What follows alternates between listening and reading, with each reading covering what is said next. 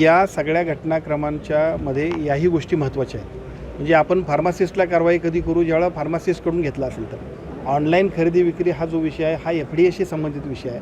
पण या कायद्याच्या अनुषंगानं आम्ही FDA सुद्धा विनंती करणार आहोत की अशा पद्धतीनं जे ऑनलाईन खरेदी विक्री होते की ज्याच्यामध्ये डॉक्टरच्या सूचना आणि मार्गदर्शनाशिवाय एखादी गोष्ट होत असते आणि त्याच्यामुळे सुद्धा अशी गंभीर कृत्य होतात. त्यामुळे याबद्दल सुद्धा FDA बरोबर आम्ही बोलतोय आणि कोणत्याही परिस्थितीमध्ये अशा घटना होत असणाऱ्या ज्या गोष्टींवरती निर्बंध आणायला पाहिजे त्यासाठी आम्ही निश्चितपणे काम करू. बीड जिल्ह्यामध्ये प्रयत्न करत असताना दुसरीकडे आपल्याच जिल्ह्यामध्ये माझी CS असणारच व्यक्ती अशा पद्धतीच्या गर्भपाताच्या प्रकरणामध्ये सापडले. काय म्हणायचं आणि एकूणच काय कारवाई? नाही, ज्या पद्धतीच्या कालची सुद्धा कारवाई झाली त्या कारवाई बघितल्यानंतर याची व्याप्ती खूप आहे. खरं तर एक जबाबदार आमच्या शासकीय सेवेत काम करणारा अधिकारी आणि तो सुद्धा अशा पद्धतीचं कृत्य करत असेल तर ही कृत्य गंभीर आहे. त्यामुळे या सगळ्या गोष्टींवरती अजूनही तपास सुरू आहे. या तपासामध्ये अजूनही काही नावं येतील. खरं म्हणजे कालसुद्धा ही बातमी आल्यानंतर बऱ्याच ठिकाणी मी काल मुंबईमध्ये होतो आणि मुंबईमध्ये सुद्धा आरोग्यमंत्र्यांच्याच जिल्ह्यामध्ये अशा पद्धतीचे प्रकार होतात अशा पद्धतीची सुद्धा बातमी आहे. पण मी आपल्याला सांगतो की या राज्याचा आरोग्यमंत्री म्हणून ज्या दिवशी माझ्यावरती जबाबदारी सन्माननीय आमचे नेते एकनाथजी शिंदे साहेबांनी दिली आणि राज्याचे मुख्यमंत्री देवेंद्रजी फडणवीस साहेबांच्या सूचनेप्रमाणे आणि दोन्ही उपमुख्यमंत्र्यांच्या मार्गदर्शनाप्रमाणे PCPNDT ॲक्ट आणि स्त्रीभ्रूण हत्या होत असताना ज्या पद्धतीनं मुलींचा जन्मदर कमी होतो आहे त्याच्यामध्ये अतिशय गंभीरपणाने आम्ही काम करतो आहे. आणि याच आपण बघितलं असाल तर आपल्या ह्या सगळ्यात ज्या काय कारवाया होत आहेत वेगवेगळ्या पद्धतीने डिकॉय केस आम्ही करतो आहे. जास्तीत जास्त कारवाया करण्याकडे आमचा आग्रह आहे आणि त्या कारवाईमुळेच मागची जी कारवाई झाली स्वप्नील पाटील नावाच्या व्यक्तीवरती मला वाटते आठवड्यापूर्वी कारवाई झाली त्या कारवाईतूनच हे नाव समोर आलं. अजूनही काही नावं आहेत की ज्या सगळ्या नावांच्या समोरसुद्धा आम्ही सगळेजण अजून चांगल्या कारवाया करणार आहोत. या कारवाया करणं गरजेचं आहे आणि त्या केवळ कोल्हापुरात नव्हे तर संपूर्ण राज्यभरामध्ये करण्यासाठी सुद्धा स्वतंत्र टास्क फोर्सची निर्मिती आपण केली. मागच्या विधिमंडळाच्या अधिवेशनामध्ये विधान परिषदेतल्या सर्व विशेषतः महिला सदस्यांनीसुद्धा साधारणतः पाऊण तास चर्चा आमची केली आणि या चर्चेच्या दरम्यान आम्ही या सर्व सदस्यांच्या समेत स्वतंत्र टास्क फोर्सची घोषणा केली. या टास्क फोर्सच्या माध्यमातून जिल्हा स्तरावरच्या ह्या सगळ्या कारवायांची गती वाढवणं अशा पद्धतीनं लोकांनी समोर येऊन ज्या आम्ही आव्हान करायला पाहिजे त्या आव्हानाला साथ देणं आणि त्याच्याबरोबर अशा चुकीच्या गोष्टींना ब्रेक लावणं या सगळ्या गोष्टींसाठी आम्ही काम करणार आहोत. तर या सगळ्या घटना घडत असताना या गुन्हेगारांना शिक्षण धोका लावण्यासंदर्भात काही प्रयोजन आहे का? आपण म्हणजे भाष्य देखील त्या संदर्भात केली होती. विधिमंडळामध्ये याच्याबद्दलची घोषणा सन्मान्य मुख्यमंत्र्यांच्या मान्यतेनंच मी केली होती आणि त्याच्यानंतर त्याच्याबद्दलच्या 2 बैठका झाल्या. परवासुद्धा विधिमंडळामध्ये माझी एक बैठक याबद्दलच झाली कारण आश्वासनांची पूर्तता आणि पुढच्या अधिवेशनात त्याच्याबद्दलचा कायदा यायला पाहिजे यासाठी विधी व न्याय विभागाचे सचिव आमच्या विभागाचे सचिव आणि सर्वच मंडळी आम्ही बसलो होतो. त्यावेळासुद्धा एक आणखीन थोडीशी दुरुस्ती करून आम्ही या कायद्यामध्ये आणतो आहे. त्यासाठी विधी व न्याय विभागाला परत आम्ही याबद्दलची जबाबदारी दिलेली आहे. विशेषतः आपण जर बघितलं तर मोका लावत असताना फक्त जो हे कृत्य करतो आहे त्यालाच मोका लावण्याबद्दल आम्ही सगळे जर विचार करत होतो.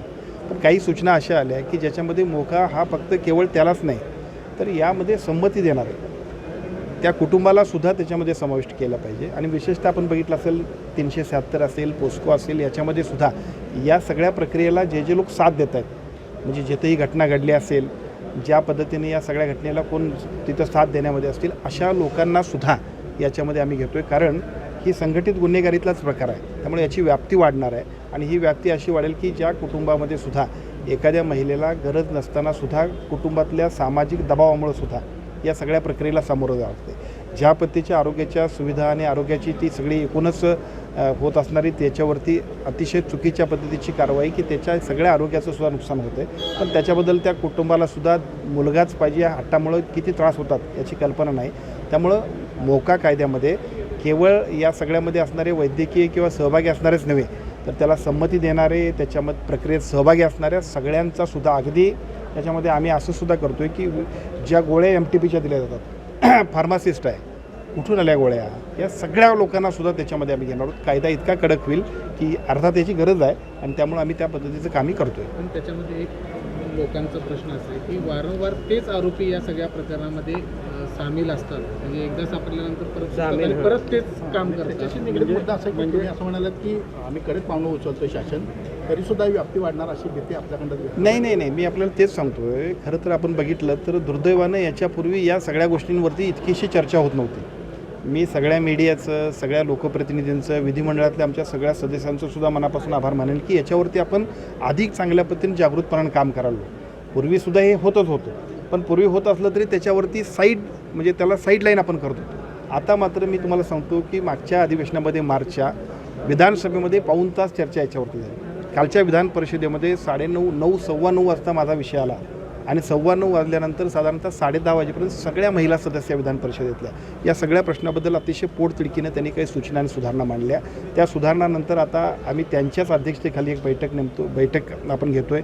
त्या सगळ्यांना त्या टास्क फोर्सचं सदस्य करतो आहे. जिल्हा स्तरावरती त्यांनी सगळ्यांनी फिरावं, त्यांनी सगळ्या गोष्टींचा आढावा घ्यावा, कारण आम्ही सगळ्या कमिट्या अस्तित्वात आणली आहेत. त्या कमिट्यांचं काम चाललं आहे, पण कमिट्या जरी चालल्या असल्या तरी लोकप्रतिनिधींचा त्याच्यामध्ये जोपर्यंत हस्तक्षेप किंवा सातत्यानं त्याच्या पाठलाग होणार नाही तोपर्यंत या गोष्टी प्रभावीपणे होणार नाहीत. त्यामुळे त्या सगळ्या गोष्टीसुद्धा आपण करतो आहे. कधीपर्यंत आपण नेमणार आहोत आणि या सगळ्या प्रक्रियेमध्ये ज्यावेळेस कोल्हापूर महानगरपालिकेच्या हद्दीमध्ये अशा प्रकारचा डॉक्टर 3 वर्ष त्याचं हॉस्पिटलचं लायसन्स नाही आहे, मग इथले आरोग्य अधिकारी काय करतात असा प्रश्न आहे. कारण आरोग्य अधिकारी वेळोवेळी तपासणी करतात का? कारण हा एकच नाही, अशा आणखीन त्या लिंक सापडतील. मात्र या आरोग्य अधिकाऱ्यांच्या एकूणच कार्यक्षमतेवरती प्रश्न निर्माण होतो. मी आपल्याला सांगतो की याच्यामध्ये मी जी माहिती घेतली त्या माहितीप्रमाणे आजसुद्धा त्याच्याबद्दलच एक बैठक आपण बोलवली आहे. माझ्या माहितीप्रमाणे त्याचा जो काही लायसन रिन्यू करायला पाहिजे होतं ते लायसन रिन्यू झालं नाही. PCP एंट्री ॲक्टचं लायसनसुद्धा अद्याप रिन्यू झालं नाही. आता खरं म्हणजे या सगळ्या गोष्टींवर तात्काळ आमच्या अधिकाऱ्यांनी कारवाई करायला पाहिजे होती. आता ती कारवाई झाली नसेल तर त्यांच्यावर कारवाई होईल, ते काय फार महत्त्वाचं नाही, ते होऊन जाईल. पण प्रश्न काय की अजून याची व्याप्ती आम्हाला वाढवायची आहे आणि ती इथं केवळ कोल्हापुरात नाही, संपूर्ण राज्यभरामध्ये हे वाढवणं गरजेचं आहे. बऱ्याच वेळेला अशा सगळ्या या महत्त्वपूर्ण गोष्टींकडे सुद्धा आपण दुर्लक्षित करत होतो. दुर्लक्षित नाही तर प्राधान्यक्रमातला अजेंड्यावरचा विषय म्हणून याच्यासाठी टास्क फोर्स आमचं जे नेमतो आहे आम्ही की पुण्यामधून ते संपूर्ण महाराष्ट्राला मॉनिटरिंग करेल आणि बघता बघता या सगळ्यांच्या माध्यमातून हे चाललेलं काम जे आहे, एका बाजूला मोका कायदा, दुसऱ्या बाजूला मागाशीसुद्धा आपण विचारलं की वारंवार तेच आरोपी काय आहेत आणि वारंवार आरोपी येण्याचं कारण ते असं आहे की आपण त्याला अटक केल्यानंतर लगेच जर तो सुटला तर त्याला असं वाटतं की आपल्याला काहीच होत नसेल तर परत तो गुन्हा करण्यासाठी पुढे जातो आहे. आता आपण कायद्यामध्येच जी काही शिथिलता आहे ती शिथिलता दुरुस्त करतो आहे, कायदा कडक करतो आहे. पहिल्यांदाच सेक्शन एवढी स्ट्रॉंग होतील की मोका नंतर लागेल, पण त्या सेक्शन्सच्या माध्यमातूनच पहिल्या टप्प्यामध्ये सुद्धा त्या आरोपीला किमान 1-2 महिने तर तो जेलमधून येणार नाही. दुसऱ्या बाजूला जे काय एकूण संपूर्ण कुटुंबियांनासुद्धा संमती देणारी ती महिला असेल, त्याचे मिस्टर असतील, त्यांच्या कुटुंबियातले लोक असतील, कारण हे धाडस, हे आघोरी धाडस आहे आणि हे विकृती आहे. त्यामुळे या सगळ्या गोष्टींवरती कारवाई करणं ही आपली सामाजिक जबाबदारी आहे. त्यामुळे आपण त्या पद्धतीने काम करतो. कधीपर्यंत हा कायदा आपल्या डिसेंबरच्या अधिवेशनामध्ये हा कायदा येणं अपेक्षित आहे. त्याच्याबद्दल विधी व न्याय विभागाच्या सचिवांबरोबर मागच्याच मंगळवारी आमची बैठक झाली. त्याच्यामध्ये ज्या काही आणखीन सुधारणा आणि सूचना होत्या, कारण हा कायदा करत असताना एका बाजूला सेंट्रल गव्हर्नमेंटचा हा कायदा आहे, PCP एंट्री ॲक्ट सेंट्रल गव्हर्नमेंटचा असल्यामुळे तो ते परत आणि आम्हाला राष्ट्रपती महोदयांच्याकडं त्याला मान्यतेसाठी पाठवणं हा खूप किचकट भाग होता.